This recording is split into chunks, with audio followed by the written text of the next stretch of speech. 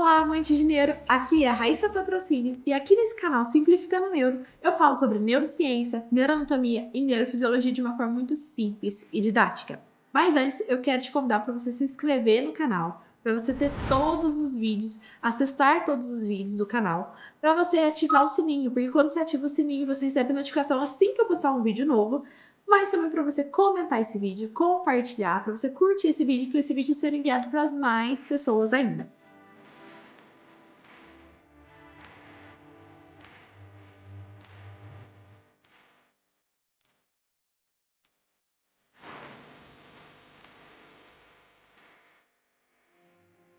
E a aula de hoje a gente vai falar sobre potencial de ação. Em vários vídeos meus, vocês vão ver eu falando a importância do potencial de ação, qual que é a consequência do potencial de ação para a emoção, para comportamento, para memória, para aprendizagem. Mas eu quero explicar a fundo como que ocorre cada processo do potencial de ação, que é extremamente importante. Então já pega papel e caneta e anota tudo isso. Então, antes da gente começar, eu quero explicar para você sobre membrana plasmática. A gente tem o nosso neurônio, que é a nossa célula excitável do nosso sistema nervoso. E ele tem uma membrana plasmática, assim como toda célula do nosso corpo. Então, ele tem uma bicamada fosfolipídica. Então, aqui, uma bicamada, ou uma camada, duas camadas, e fosfolipídica contendo proteínas, contendo canais iônicos, contendo colesterol, tudo para que esse neurônio funcione normalmente. Mas, Raíssa, porque o neurônio é uma célula excitável e as outras células do meu corpo não são excitáveis, sendo que é igualzinho uma bicamada bifosfolipídica. E aí eu vou te explicar o porquê que isso acontece. Mas a gente precisa entender que o nosso neurônio, as nossas células, elas têm íons do lado externo e do lado interno da nossa membrana. Então aqui é como se eu tivesse aqui o meu lado externo e aqui o meu lado interno da minha membrana. Aqui eu estou dentro do meu neurônio e eu estou fora do meu neurônio. E o que acontece é que eu tenho íons, tanto dentro quanto fora desse neurônio. Eu tenho sódio, eu tenho potássio, eu tenho cálcio, eu tenho íons tanto do lado interno quanto do lado externo. E o que acontece é que a gente tem concentração desses íons. Eu não tenho 10 sódio fora e 10 sódio dentro. Não, eu tenho concentrações diferentes. Então, olha para você ver. Por exemplo, o potássio.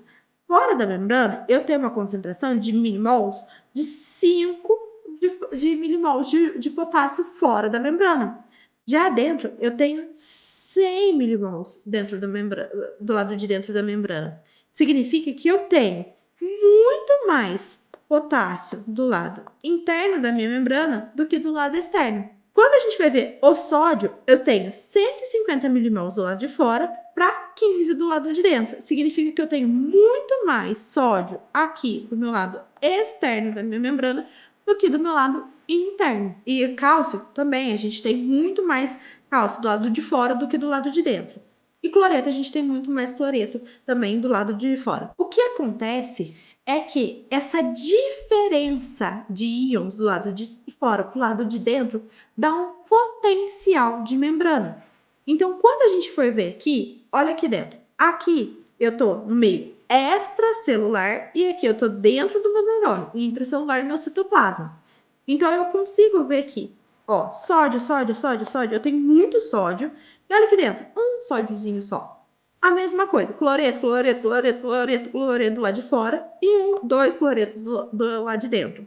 Já o potássio, eu tenho um potássio do lado de fora e vários potássios do lado de dentro. Quando a gente faz uma somatória de todos esses íons, cargas positivas e cargas negativas, eu tenho que é o meu resultante, o que acaba no final. Eu tenho mais carga positiva do lado de fora e mais carga negativa do lado de dentro, porque aqui, ó, junto com 4 potássios, eu tenho um ânion muito grande. Ânions são cargas negativas. Então, a resultante da minha membrana é carga negativa para o lado interno dela e carga positiva para o lado externo dela. Isso é o diferencial de membrana, o meu potencial de membrana. A minha membrana do neurônio, quietinha, paradinha, sem sofrer nada, sem ser excitada, sem nada, ela é negativa para o lado de dentro e positiva para o lado de fora. Tá bom, Raiz, eu entendi sobre potencial de membrana. Mas o que acontece no meu neurônio? O que acontece no meu neurônio é que eu tenho movimento de íons. Os íons podem passar por aqueles canais iônicos que eu te falei. Então, na nossa membrana, nós temos canais de sódio, a nossa bomba de sódio e potássio, ó, ela pega 3 sódio, joga para fora, 2 potássio para o lado de dentro. A gente tem bombas de cloreto e de cálcio. Então, na nossa membrana, nós temos canais iônicos que permitem a passagem desses íons. E como esses íons passam na membrana? Eles passam do meio que eles estão mais para o meio que está menos. Então, vamos supor esse copo aqui de água. Se eu pegar aqui, colocar aqui do lado um copo lotado de sal, o que vai acontecer se eu permitir uma abertura desses dois? Os dois vão se diluir, vão tentar deixar igualzinho. A mesma quantidade de água num copo, a mesma quantidade de água no outro. A mesma quantidade de sal num copo, a mesma quantidade de sal no outro. É isso que acontece no neurônio. A tendência do nosso neurônio é ter a mesma quantidade. Um sódio fora, um sódio dentro. Um potássio fora, um potássio dentro. Mas a gente tem que lembrar que o nosso neurônio, no seu estado normal, no seu potencial de membrana normal, não acontece isso. No nosso potencial de membrana normal, olha, eu tenho muito mais sódio do lado de fora e muito mais potássio do lado de dentro. Então, se eu permitir a abertura de um canal iônico, o que vai acontecer? Eu não tenho muito sódio do lado de fora, ele vai começar a entrar para dentro da membrana. Ele vai começar para tentar igualar, deixar a mesma quantidade aqui de lá. E se eu abrir um canal de potássio, o que vai acontecer? O meu potássio vai sair da membrana, porque ele quer tentar deixar equilibrado. Então, isso é a tendência dos nossos neurônios. Mas aí você me fala, Raíssa, tudo bem, eu já entendi que eu tenho muito mais sódio do lado de fora e muito mais potássio do lado de dentro. E você me falou que a resultante da minha membrana do lado de dentro é negativa. O que isso significa? E se eu pegar um voltímetro que mede a voltagem da minha membrana, qual que é essa diferença de potencial da minha membrana? Se eu falar, pegar um voltímetro e medir a membrana do neurônio, eu vou estar menos 65 milivolts. Então, a minha membrana, no seu estado normal, quietinha, paradinha, ela está em menos 65 milivolts. Porém, como eu falei para vocês, nós temos canais iônicos nessa membrana.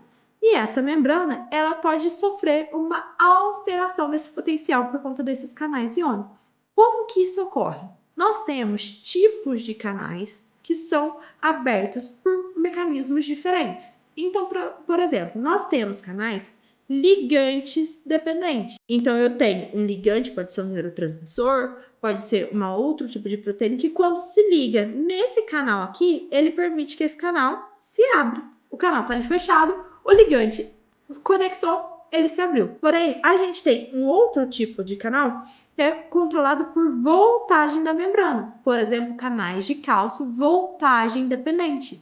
A membrana, eu falei para vocês que ela é mais negativa do lado de dentro e positivo do lado de fora? Se eu alterei a voltagem da membrana, que é o que acontece no potencial de ação, a membrana fica positiva do lado de dentro e negativa do lado de fora. Então, o canal se abre de acordo com que a voltagem da membrana se altera. A gente também tem canais controlados por temperatura, que é termodependentes. Alterou a temperatura, os canais se abrem. Alterou a temperatura, os canais se fecham. Isso é muito importante para a gente controlar a nossa temperatura corporal interna. E a gente tem alguns canais controlados mecanicamente, é por força mecânica. Então, eu estirei, abri o canal. Eu relaxei, eu fecho o canal. Então, ele é mecânico dependentes. E aí, tudo bem, Raíssa, você me explicou sobre o potencial de membrana, mas o que acontece quando eu altero eu abro esses canais iônicos, eu permito que esses íons eles mudam de lugar para o outro? Acontece o potencial de ação. Então, numa membrana repouso normal, aqui nós temos o nosso meio externo com muito sódio, ó, e o nosso meio interno com muito potássio. Meio interno negativo, meio externo positivo. O que acontece é que, por conta de algum estímulo, alguma perturbação, esses canais vão se abrir. Raíssa, como assim? Vamos supor que meu dedo, certo? E essa caneta aqui. O que acontece é que eu tô aqui com a caneta no meu dedo quietinho, mas não tá fazendo diferença nenhuma na minha vida. De acordo com que eu vou forçando essa caneta e ela vai apertando cada vez mais no meu dedo, vai começando a doer. E aí é como se eu estivesse perturbando o meu dedo. E ele até um ponto que a gente fala assim: ó, chega, você já me perturbou demais. Eu vou abrir os canais aqui para fazer uma ação. Quando ocorre algum estímulo que faz uma perturbação do nosso neurônio, por exemplo, eu preciso aprender alguma coisa, eu preciso movimentar alguma coisa, isso é um estímulo. Se eu quero pegar esse copo de água aqui, ele tá aqui, eu quero pegar ele, eu preciso de um estímulo. Nisso foi liberado o neurotransmissor e ocasionou o potencial de ação. Então, esse estímulo faz com que os canais de sódio se abrem. Quando os canais de sódio se abrem, eu falei que a tendência do nosso neurônio é ficar igual. Então, o que acontece? Eu tenho muito sódio do lado de fora da membrana. Quando abrir, o sódio vai começar a entrar. Lembra a questão do sal? Onde eu tenho muito, eu vou para onde tem pouco. É homeostasia. Eu vou por homeostasia. Eu quero ficar tudo igualzinho. Mas sódio é carga positiva. Ó, é Na+. Carga positiva. Se aqui da minha membrana é negativo, se tá entrando dentro dessa membrana carga positiva, a tendência dessa membrana é ficar cada vez mais positiva. Então, de acordo com que o sódio vai entrando para dentro da membrana, essa membrana vai ficando mais positiva. Só que a membrana, ela não gosta de ficar positiva. Dentro do neurônio, não gosta de ficar positivo. Lembra que onde ele tá tranquilinho, relaxadinho, tranquilo, sem problema nenhum, ele é negativo, em menos 65 milivolts, o que acontece é, quando chega um limiar, ele fala assim, nossa, deu de carga positiva, eu não aguento mais carga positiva dentro de mim, não quero, não gosto, eu gosto de ficar ali menos 65 milivolts, o que ele faz? Ele pensa assim, como que eu faço para me tornar mais negativa? Eu gosto de ficar negativa, mas eu tô muito positiva por conta do sódio. Eu não consigo tirar sódio, porque eu tenho mais sódio do lado de fora. Qual carga que eu tenho mais sódio, que eu tenho mais carga positiva? O potássio. Eu tenho muito potássio, que é carga positiva, está dentro do meu neurônio. E lá fora eu tenho pouco potássio. Então, se eu abrir um canal de potássio, qual é a tendência do potássio? Em sair, para deixar igualzinho, lá de fora e lá de dentro. Se potássio é carga positiva, o que vai acontecer? Se eu estou tirando carga positiva de dentro da minha membrana, qual é a tendência? Dentro dela ficar negativo e fora ficar positivo. Mas o nosso neurônio, ele tem muito, 100 vezes mais canais de potássio do que canais de sódio.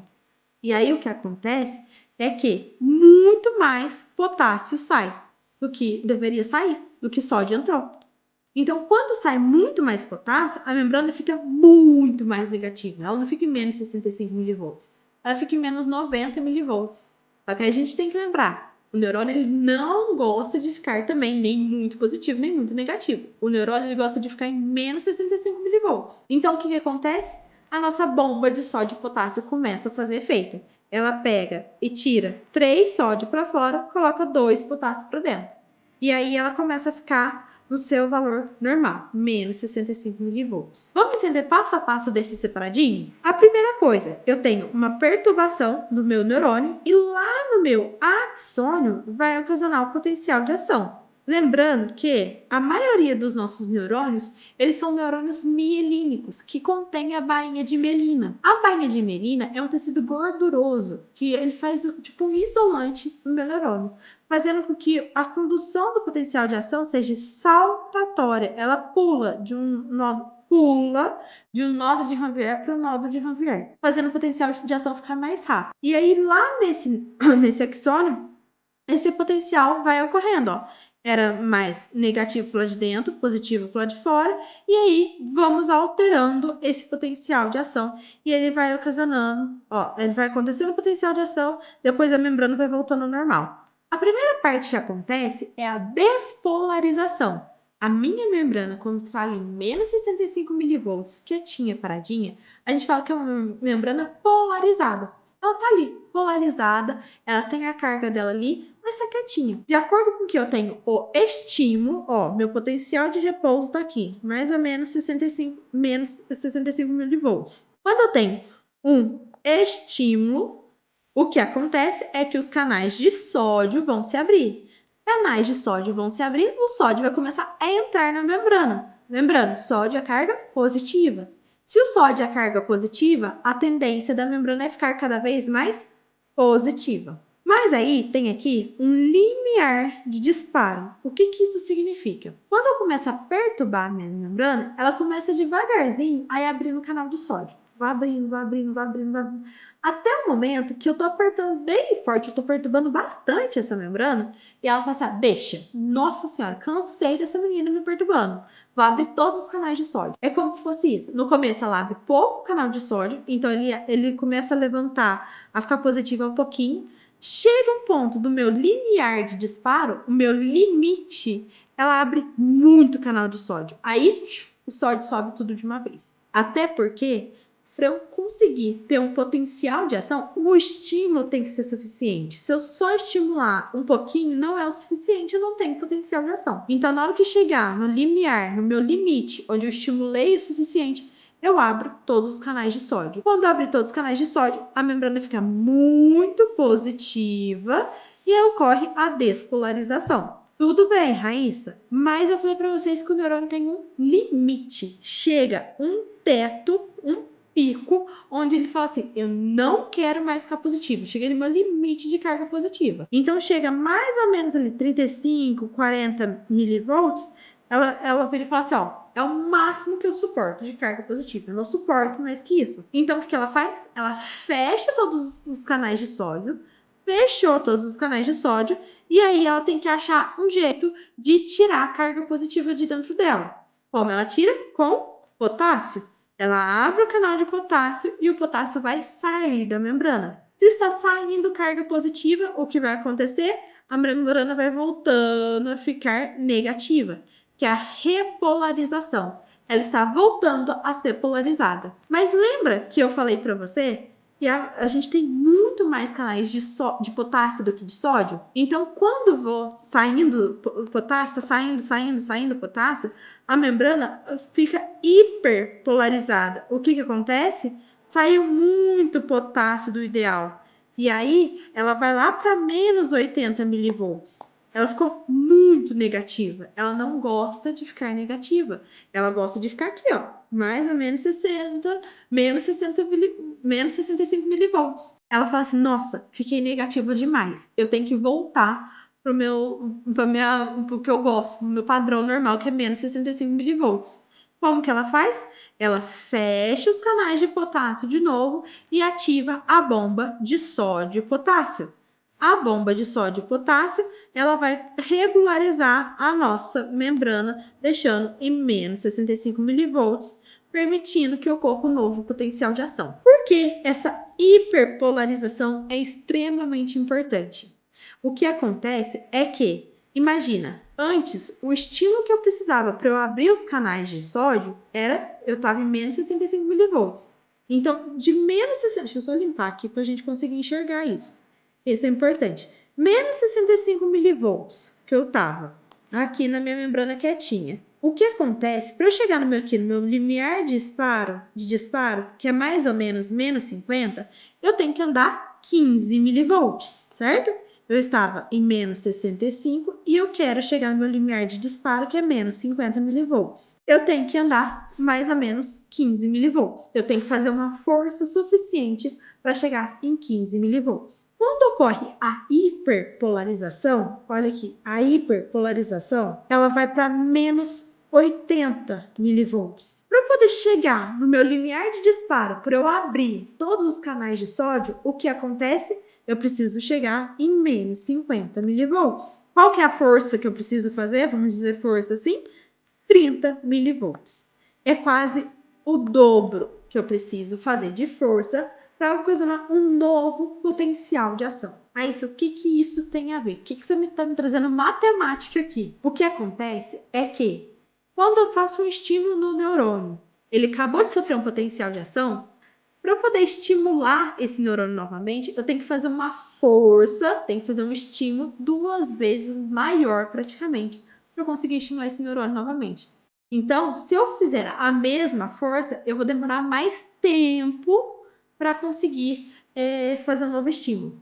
O que acontece é pacientes que têm epilepsia perdem essa hiperpolarização. E aí ela começa a ter potenciais de ação repetidos. Se eu tenho potencial de ação repetida, a pessoa fica estimulada o tempo inteiro. É isso que acontece numa crise compulsiva, praticamente. A pessoa ter um potencial de ação rapidamente desencadeia de outro, rapidamente desencadeia de outro. Eu tenho uma crise compulsiva. Então, por isso o potencial de ação é tão importante e por isso que essa hiperpolarização é extremamente importante.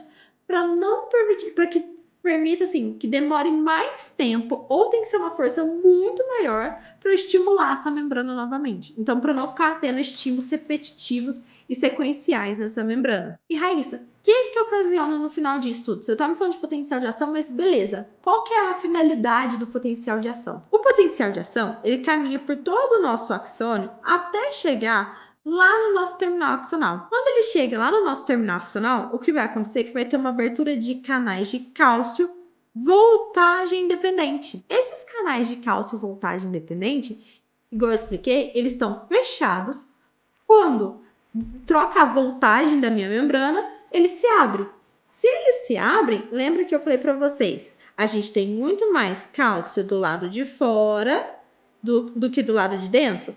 Quando o canal se abre, a tendência do nosso neurônio é deixar igual. O canal se abre, o cálcio entra para dentro da membrana. Esse influxo de cálcio para dentro da membrana faz com que as vesículas contendo neurotransmissor lá no nosso terminal axonal se englobem na membrana e o neurotransmissor seja liberado ali na nossa fenda sináptica. O neurotransmissor liberado na fenda sináptica, ele pode agir. Ele pode agir numa célula não neuronal, não tem nada a ver, por exemplo, na célula muscular, acontece isso, uma célula muscular que acontece a contração, pode agir no neurônio pós-sináptico, onde vai ter o potencial de ação pós-sináptico, ou ele pode ser degradado por enzimas, por exemplo, quando é liberada a acetilcolina. A gente tem uma enzima que é a acetilcolinesterase. Ela é responsável por degradar, por comer a acetilcolina ali na fenda sináptica, tirando o efeito dela ali, para não ficar com muita acetilcolina ali e tendo muito efeito nesse neurônio. Ou ele pode ser capturado de novo para esse neurônio. Por exemplo, o neurônio pensa assim: nossa, tô cheio de acetilcolina ali embaixo, tá sobrando acetilcolina. Eu vou gastar tempo produzindo uma nova acetilcolina? Não, pego algumas para mim de volta. Ele recupera essa acetilcolina para ele usar novamente, ou ela pode simplesmente transformar num precursor para produzir acetilcolina novamente. Esse neurônio pós-sináptico, o que vai acontecer? Dependendo do tipo de neurotransmissor, vai ocasionar um potencial pós-sináptico. Ele pode ser um potencial pós-sináptico excitatório, onde são liberados neurotransmissores excitatórios como glutamato, a adrenalina, a acetilcolina, ou pode ser potencial de ação pós-sináptico inibitório, onde o neurotransmissor vai ser inibitório, como o GABA. O GABA é o principal neurotransmissor inibitório do nosso sistema nervoso. O que isso significa? Ele pode deixar o neurônio, pode deixar nosso cérebro mais agitado, mais excitado, ou ele pode deixar nosso cérebro mais calmo, tranquilo. O GABA é isso, quando a gente libera GABA, todo o nosso sistema fica tranquilo, fica calmo, que o nosso GABA ele faz isso. Ele deixa a gente mais lento, mais devagar. Então, dependendo do tipo de neurotransmissor, o que vai acontecer é isso. Ele vai pegar potencialização pós-sináptico, inibitório ou excitatório. Porém, eu falei para vocês que tem um limiar. O que acontece? Existe uma coisa que chama somação temporoespacial. Raíssa, que nome estranho que é esse? O que isso quer dizer? Isso quer dizer que um único potencial de ação não é capaz de agir no neurônio pós-sináptico. Se eu tiver um único potencial de ação e a liberação do neurotransmissor, não vai ocasionar nada no nosso neurônio pós-sináptico. Mas uma somação, uma somatória de diversos potenciais de ação conectados nesse neurônio, aí sim eu consigo ocasionar um potencial de ação pós-sináptica. Então, a gente precisa entender o seguinte: é como se eu estivesse fazendo força de diversas fontes diferentes, mas tudo chegando no mesmo lugar, no mesmo neurônio. E aí sim, isso daqui todas essas forças juntas são capazes de desencadear uma ação. E aí você pode me perguntar, Raíssa, mas o que isso tem a ver com aprendizado? O que isso tem a ver com memória? O que isso tem a ver com tudo isso que você me falou? Por que você falou que o potencial de ação é tão importante? Os neurotransmissores, eles são responsáveis por diversas ações do nosso corpo. Por exemplo, a dopamina é nosso neurotransmissor do prazer, da motivação. A adrenalina, ela vai liberar, vai ser em resposta à luta ou fuga. Então, ela vai deixar o nosso corpo mais agitado, ela vai dilatar nossas pupilas, ela vai aumentar nossa frequência cardíaca, vai expandir os nossos pulmões para entrar mais oxigênio. Então, cada neurotransmissor, quando é liberado, ele desencadeia uma ação no nosso corpo. Por exemplo, o glutamato está relacionado à memória de longo prazo, a acetilcolina é relacionada à memória de trabalho. Então, cada neurotransmissor, quando é liberado lá no seu local específico, ele vai desencadear uma ação específica. E aí, a gente precisa entender como ele é liberado. A gente entendeu que é o potencial de ação, mas qual que vai ser o estímulo para esse neurotransmissor ser liberado, para esse neurônio ser ativado? O que ocasiona isso? Mas aí, como esse neurônio pré-sináptico, pós-sináptico, como é essa rede neuronal? O que acontece é que cada coisa, emoção, comportamento, memória, aprendizado, tem uma rede neuronal diferente e essa rede vai ser desencadeada por estímulos diferentes. Mas a gente precisa entender como que ocorre essa liberação, porque são medicamentos que influenciam. A gente tem medicamentos que inibem a ação do neurotransmissor pós-sináptico. Nós temos medicamentos que inibem o precursor do neurotransmissor.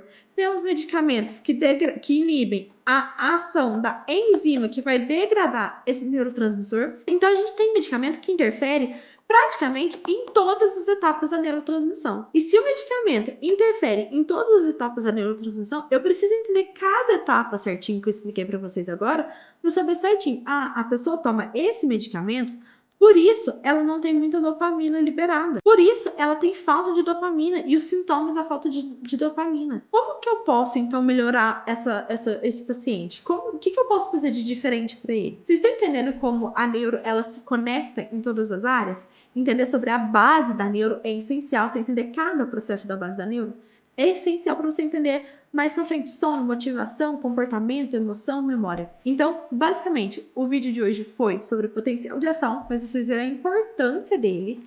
E aí, eu espero vocês na próxima aula. Beijo!